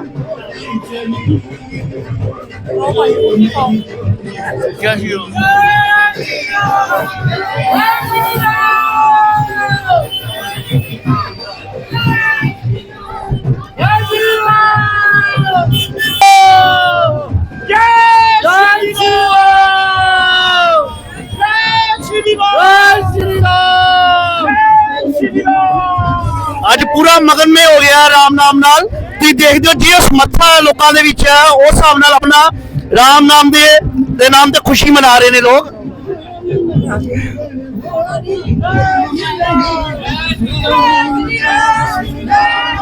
ਤੁਹਾਨੂੰ ਬਾਜ਼ਾਰ 'ਚ ਦਿਖਾਇਆ ਹੋਇਆ ਕਿ ਅੱਜ ਰਾਮ ਨਾਮ ਦੀ ਧੂਮ ਮਚੀ ਹੋਈ ਹੈ।